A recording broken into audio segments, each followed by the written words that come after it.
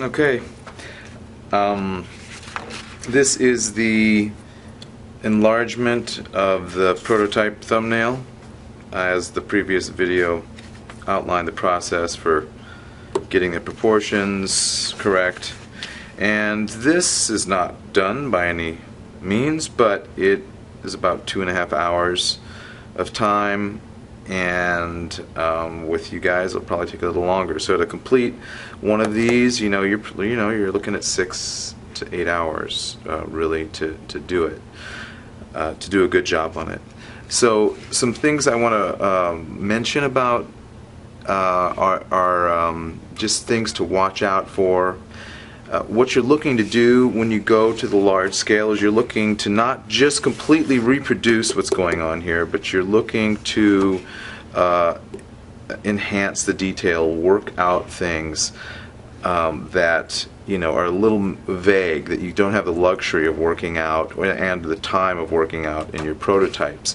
So with here I really took time to find the centers of the entire building, which made the half, and then the centers of the centers, which made the 4 quadrants, and the center of the quadrants, which made the center of the window of the arcs, and the center of this with the door. Doors are very important. They establish the scale because they're basically, in general, human height. So when cars are relating to things, other objects, other buildings, windows, a door is really going to be the thing that is clearly a scale indicator.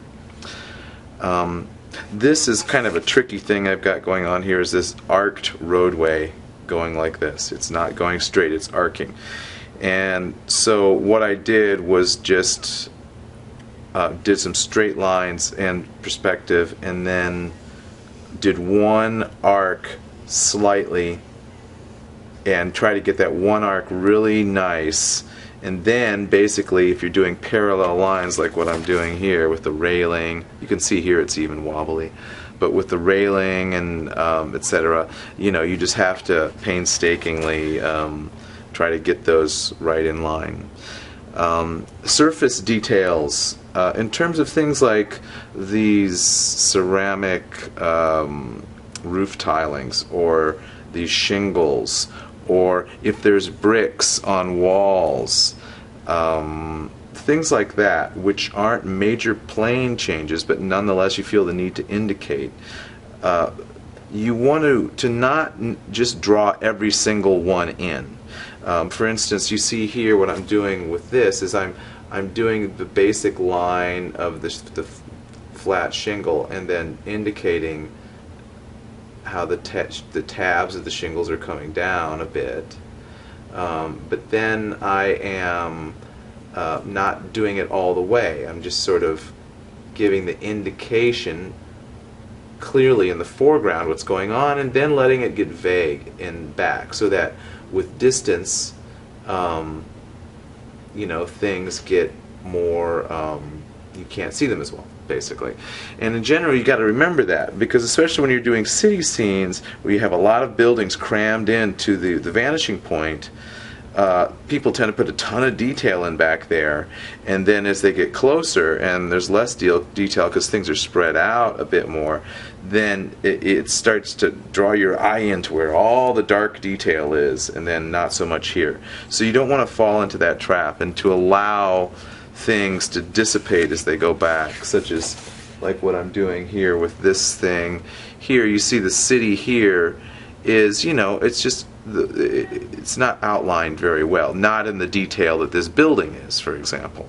So that allows that to go back, and we can still say, okay, there's buildings and stuff there, but they're not trying to render everything to the nth degree. It's important to find centers when appropriate. Like I said, watch your verticals. Either you're using a T-square and a triangle, or you're using the clear ruler, which what I can do is just on my horizon line up right with one of these verticals, a horizontal line, and then I've got a vertical.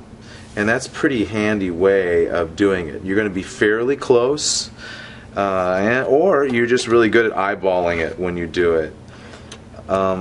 Estimated ratios. As things go back in space that are supposedly equal, for instance, let's look at these arches here. Now, I figured the arches in terms of finding their centers by very clearly finding centers. But in terms of these, how thick it was from here to here and here to here, I estimated it. I just said, okay, well, this is thick. Well, it's going to get a little less thick there and a little less thick there, etc. So whenever you're doing anything like that, for example, railing distances. Here's a railing space, but it's getting a little closer, a little closer, a little closer, closer, closer, right? It gets progressively, same thing with these windows. So those are ratios that you can be formulaic with and do if you need to be really precise, but you know, in terms of just eyeballing it, and that's part of what this is. I'm not trying to make this into a science of, you know, that you can't fail by doing this formula. I'm really, you know, more than anything, wanting to train your eye so that you can start estimating things visually in terms of what you know, looks appropriate or not.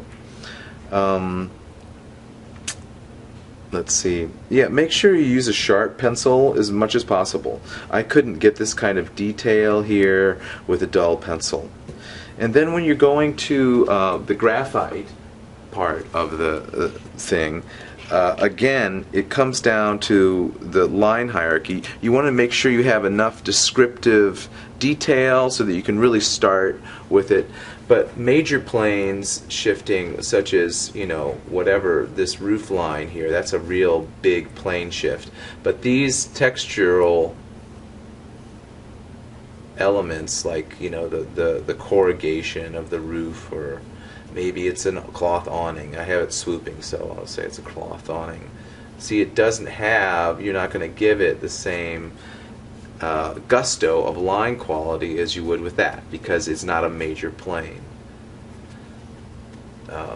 When the door, the opening is really crucial. That's just, you know, telling, you know, that's the space into it. I'm having this be like an inset door, kind of like this.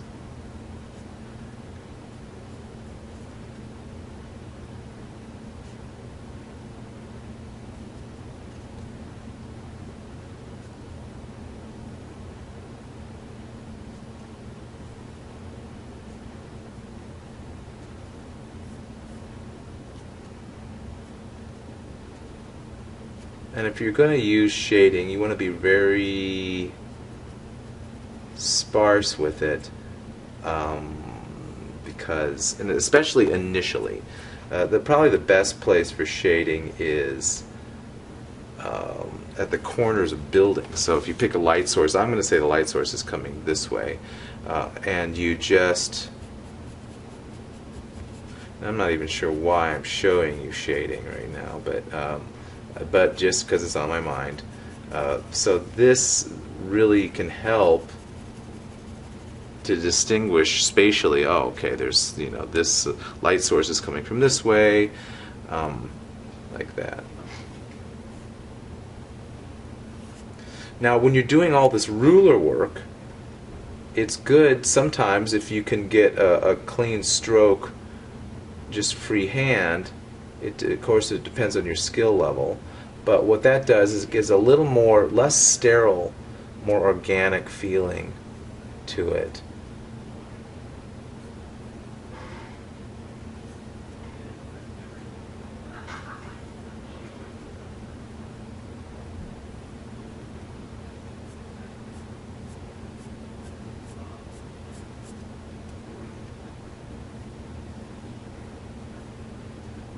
And you know, the graphite has a real different quality. It's a completely different beast, really. And so going from the wax colored pencil to graphite, there's a bit of a shift of mentality you have to have with it. But the main thing is to make dark the major planes changes and the secondary forms like these lines here, or the boards under here, which aren't a plane change, they're just a surface detail. You want those to not be as strong. And profile tends to be stronger than interior plane change. Not always, it depends. Like I might want to bring that out a bit.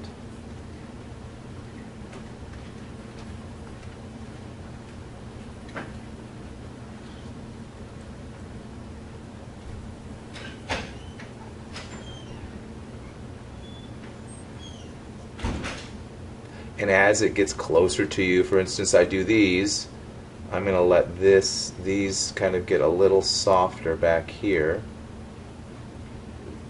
and let this one be stronger.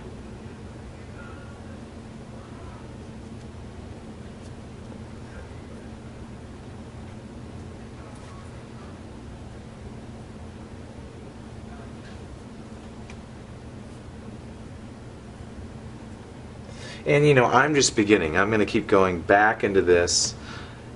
Maybe I won't, I don't know. But if I was actually doing this and this was my assignment, I would be going back into this again and just continually finessing it, not trying to finish one part necessarily, but get it to a certain place where it's defined, move on to other parts, and then once I get it to a place where it seems fairly complete, then it's like push and pull. How can I get things to pull out more spatially, go back more spatially,